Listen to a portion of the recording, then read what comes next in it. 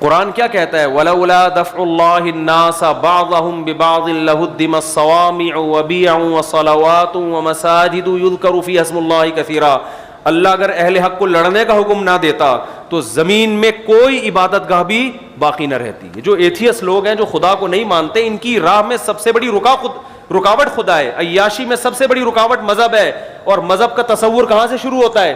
خدا کے تصور سے. تو ہر عیاش آدمی کی خواہش ہے خدا کا انکار کرنا, کیونکہ آپ خدا کو مانو گے پھر آپ کو یہ ماننا پڑے گا اس کا بندوں سے لنک کیا ہے, پھر اس لنک کے بعد یہ اس کی وہ چاہتا کیا ہے بندوں سے, تو وہاں آپ پہ پابندیاں لگنا شروع کہ یہ صحیح ہے اور یہ کیا ہے غلط ہے. خدا کو آپ نے درمیان سے نکال دیا, اب آپ کے لیے دنیا کی ہر چیز کیا ہو گئی؟ حلال. تو قرآن کہہ رہا ہے کہ اگر خدا اہل ایمان کو لڑنے کا حکم نہ دیتا تو زمین میں کوئی عبادت گاہ بھی باقی نہ رہتی. تو اللہ نے محمد صلی اللہ علیہ وسلم کے ذریعے جو جہاد کا کام لیا, بدر سے شروع ہوئی ہے لڑائی, اور لڑتے لڑتے لڑتے لڑتے یہاں تک کہ رسول اللہ صلی اللہ علیہ وسلم نے فرمایا لا تزال طائفۃ من امتی ظاہرین علی الحق. آپ نے فرمایا میری امت کی ایک جماعت ہمیشہ حق پر غالب رہے گی, یقاتلون, اور وہ ہمیشہ لڑتی رہے گی یہاں تک کہ دجال ظاہر ہو جائے. اس وقت سے لے کر 1400 سال گزر گئے, تاریخ میں ایک لمحہ بھی ایسا نہیں آیا ہے کہ اسلام دشمن قوتیں کفر کو طاقت کے زور سے اسلام دشمن قوتیں اسلام کو طاقت کے زور سے ختم کرنے کی کوشش نہ کر رہی ہوں اور مسلمان اس کے مقابلے میں کھڑے نہ ہوئے ہوں. اور اسی کی لیٹسٹ مثال جو ملتی ہے افغانستان ہے. پہلے رشیا نے ہاتھ صاف کیا, وہاں پہ جس ملک پہ پاؤں رکھا اس نے اس کو ہڑپ کر دیا. آپ کیا رشیا کی طاقت کو کم سمجھتے ہیں؟ اتنی بڑی طاقت, اتنی بڑی پاور. اور جس طرح سے اسلامی ملکوں کو اس نے ہڑپ کرنا شروع کیا, اس سے لگتا تھا کہ قرآن کی جو یہ آیت ہے کہ اللہ نے اس دین کو غالب رکھنا ہے قیامت تک, شاید یہ آیت صحیح نہیں ہے. کیونکہ رشیا, میں تو ان ملکوں میں جا کے میں نے اپنی آنکھوں سے دیکھا ہے, ازبکستان میں گیا, بخارا میں گیا, سمرقند میں گیا, انہوں نے بتایا کہ رشیا نے اسلام کو ختم کرنے کے لیے اتنا ظلم کیا ہے کہ اگر کسی کے وضو کا نشان بھی نظر آتا تھا اس کو فوراً قتل کر دیا جاتا تھا.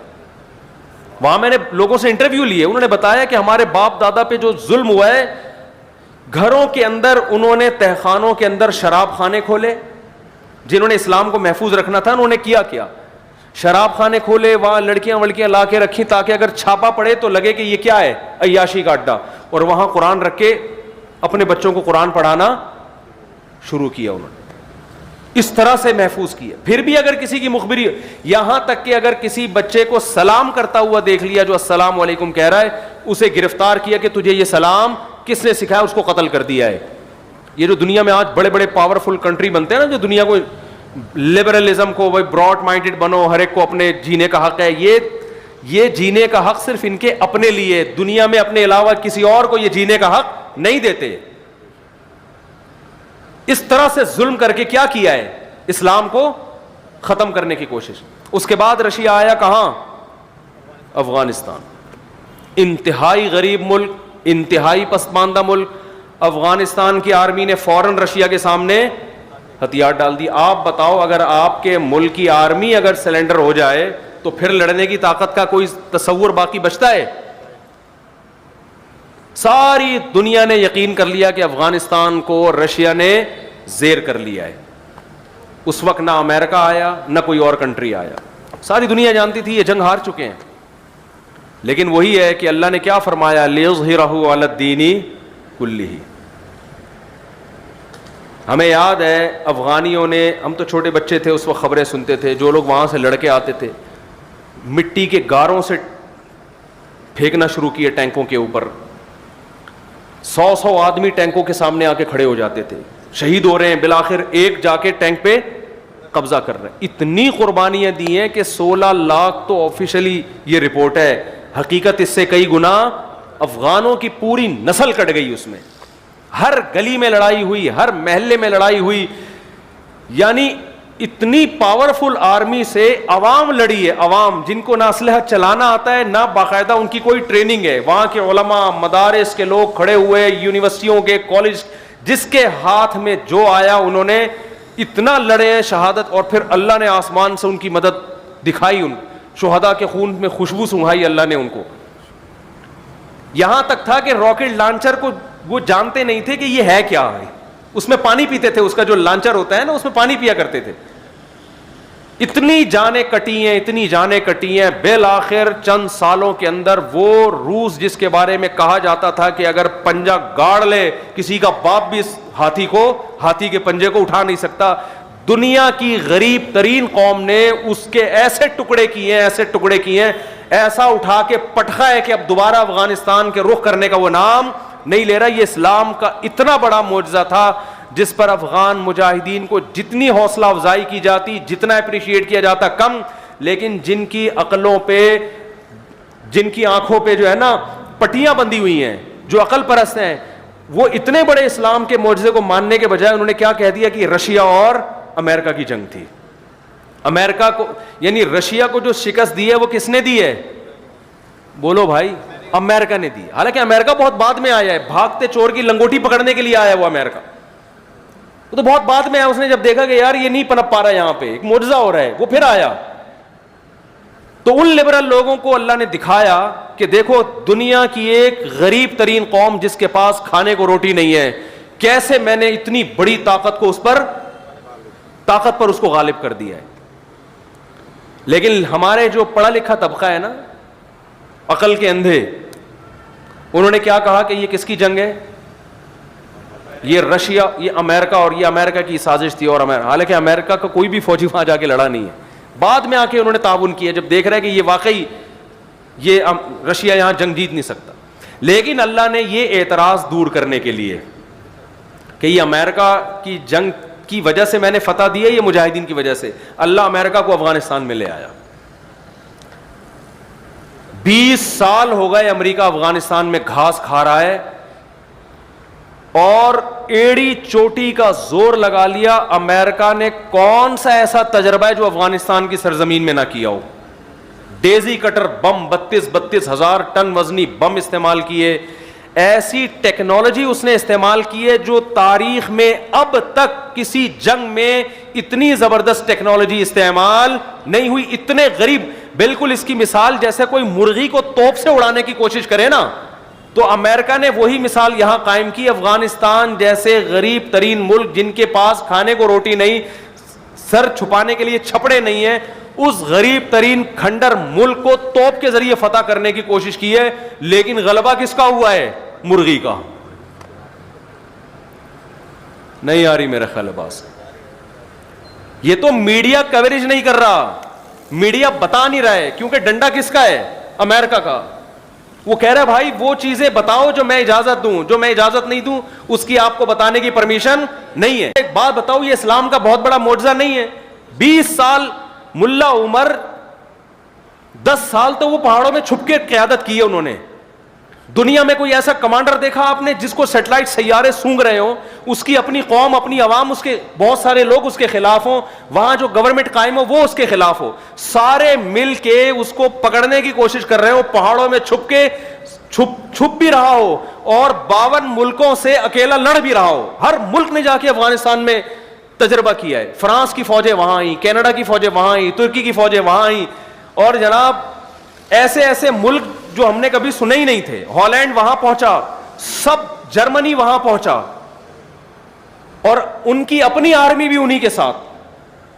اور چند نہتے لوگ جن کے پاس کھانے کو روٹی نہیں ہے, پہننے کو کپڑا نہیں ہے, کسی کو پتہ چل جائے کہ یہ طالبان ہے تو فوراً اریسٹ ہو رہا ہے, وہ کوئی ان کے حق میں تقریر کرے تو فوراً گرفتار ہو رہا ہے. ایسے قوم میں پہاڑوں میں چھپ کے ایک شخص کمانڈ بھی کرتا ہے اور 52 ملکوں سے اپنی آرمی کو لڑا بھی رہا ہے. خدا کی قسم یہ اس کا کمال نہیں ہے, یہ کس کا کمال ہے؟ یہ اسلام کا کمال ہے. کیونکہ آج افغانستان میں اگر شکست ہو جاتی اور امریکہ کا ہولڈ مضبوط ہو جاتا تو اگلا نمبر پاکستان کا تھا. پاکستان تباہ و برباد ہو جانا تھا پاکستان نے. اور پاکستان کی تباہی کا مطلب پتہ ہے کیا ہے؟ سعودی عرب, ختم. کیونکہ اسرائیل اور سعودی عرب میں سوائے صحراؤں کے درمیان میں اور کوئی اسپیڈ بریکر بھی نہیں ہے. یعنی اسرائیل کے ٹینک اگر آج مکہ پہ قبضہ کرنے کی کوشش کرتے ہیں تو اتنا بھی نہیں کہ درمیان میں 2-3 اسپیڈ بریکر بنا دو کہ یار تھوڑا سا یوں کر کے ان کو آنا پڑے, سیدھا پہنچیں گے 1 ہفتے کے اندر مکہ کے اندر. اور عربوں کے پاس فی الحال کوئی ایسی آرمی نہیں ہے جو اسرائیل کے مقابلے میں آ کے کھڑی ہو جائے. وہ آرمی پاکستان کے پاس ہے جو کسی حد تک لڑ سکتی ہے. تو 20 سال سے ہم دیکھ رہے ہیں جب امریکہ کوئی نیا صدر آتا ہے وہ اب میں اپنی مزید فوجیں بھیجوں گا, پالیسی چینج کروں گا. ڈونلڈ ٹرمپ نے آ کے بھی یہ کہا تھا کہ ہم مزید فوجیں بھیجیں گے. پچھلا والا تو تھک ہار کو کہتا بھائی نکالو یہاں سے, اگلا آتے ہی شو بازی میں شروع ہو جاتا ہے کہ اب ہم کیا کریں گے, اب ہم مزید فوجیں بھیجیں گے. اتنے حربے استعمال کیے کہ آپ کی سوچ ہوگی. افغانیوں کو ڈالر دے دے کے خریدا, مخبریاں کرو, بہت سے بکے, ہزاروں لاکھوں بکے ہیں, مگر ایک خدا کی قسم قربانی کی ایسی داستان قائم کی ہے کہ اگر آج اس پہ ڈاکومنٹری بنے لوگ بھول جائیں ساری دنیا کو اور ساری دنیا کو بھول کے ان کے نعرے لگانا شروع کر دیں. ایسی میں جانتا ہوں ایسے گھروں کو 10 بیٹے ہیں, ایک شہید ہوا, دوسرا شہید ہوا, تیسرا شہید ہوا, چوتھا شہید ہوا, 5واں, 6واں, 7واں, 8واں, 9واں, 10 کے 10 شہید ہو گئے. گھر میں عورتوں کے علاوہ کوئی بھی باقی نہیں بچا. پورے گاؤں ملیامیٹ ہو گئے. مگر جیسے ایک سانپ کو اگر ایک چیونٹی دبوچتی ہے تو ایک جب پکڑ لینا تو وہ مرے یا جیے, لیکن آہستہ آہستہ دوسری, تیسری, چوتھی, 5ویں, 6ٹی, 7ویں, تو سانپ اپنے پھن کے باوجود اور زہر کے باوجود بالآخر ان چیونٹیوں سے ان کی استقامت کی وجہ سے شکست کھاتا ہے. آپ کو پتہ ہے قطر میں جب ابھی طالبان کا اجلاس ہوا ہے اور امریکہ کے جرنل نے سے طالبان کے کمانڈر نے بہت بدتمیزی سے بات کی, تو قطر کے کوئی شہزادے تھے, انہوں نے کہا کہ آپ یہ امریکہ کا جرنل ہے, اس سے آرام سے بات کریں. اس نے کہا یہ تمہارا باپ ہوگا, میرا باپ نہیں ہے. نہیں آئی میرا خیال ہے بات.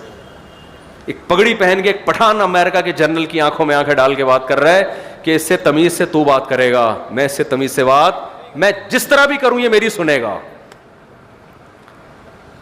بہت مشکل ہے بات سمجھانا. تو یہ بہت عرصے سے چل رہے ہیں مذاکرات, 2011 سے مذاکرات ہو رہے ہیں, پھر ڈرامے. بالآخر امریکہ نے ہتھیار ڈالے ہیں اور کہا بھائی تو مجھے عزت کے ساتھ یہاں سے جانے دے. اور اب وہ پتہ ہے اپنی ذلت کیسے چھپا رہے ہیں. آپ نے دیکھا ہوگا آج کل ویڈیوز آ رہی ہیں, افغانی انٹرویو لے رہے ہیں امریکی کا. امریکی کہہ رہے ہیں ہم یہاں سے جا رہے ہیں, آپ کو کیسا لگ رہا ہے؟ ہمیں بالکل بھی اچھا نہیں لگ رہا آپ یہاں سے جا رہے ہیں, آپ کی وجہ سے یہاں بہت کیا تھا. اب اس طرح سے اپنی ذلت بولو چھپائی جا رہی, ہمیں بالکل بھی اچھا نہیں لگا. بالکل ابھی نندن والی بات ہو گئی کہ اس کو پکڑ کے نہلا دھلا کے چائے وائے پلا کے رخصت کیا. کا کیسا لگا؟ بہت اچھا لگا, مجھے چائے بھی ملی, نہایا بھی, بہت مزہ آیا الحمدللہ. ابے تو چائے پلانے کے لیے بھیجا تھا ہم نے تمہیں وہاں پہ. سوال پیدا ہوتا ہے نا. اب ہر ایک انٹرویو لے رہا ہے, وہ جگہ جگہ کلپ آ رہے ہیں اس انٹرویو کے. وہ امریکہ اپنی جھیپ مٹانے کے لیے, یار تم کس سے پٹے ہو یار؟ پاکستان سے بھی پٹتے تو کوئی بات تھی, انڈیا سے پٹتے کوئی بات تھی, ایران سے پٹتے کوئی بات تھی. کس سے پٹے ہو؟ جن کے پاس آرمی نہیں ہے, جو موسٹ وانٹڈ بنے ہوئے ہیں, جنہیں کوئی ملک ٹھکانہ دینے کے لیے تیار نہیں ہے, جن کے حق میں کوئی مضمون لکھنے کے لیے تیار نہیں کہ پکڑا نہ جاؤں, جو دہشت گردی کی ایک علامت بن چکے ہیں دنیا میں. تم نے ہی بنایا ان کو,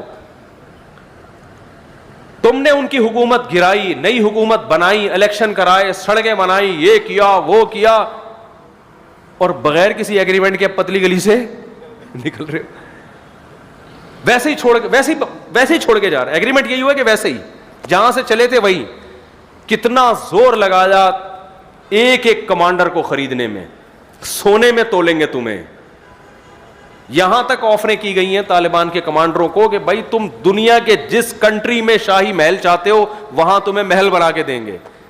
وہ پہاڑوں پہ رہ رہے ہیں, وہ کہہ رہے ہیں نہیں بھائی. تو یہ کیا ہے؟ لِيُظْهِرَهُ عَلَى الدِّينِ كُلِّهِ. یہ ختم ہونے والا مذہب نہیں ہے اسلام.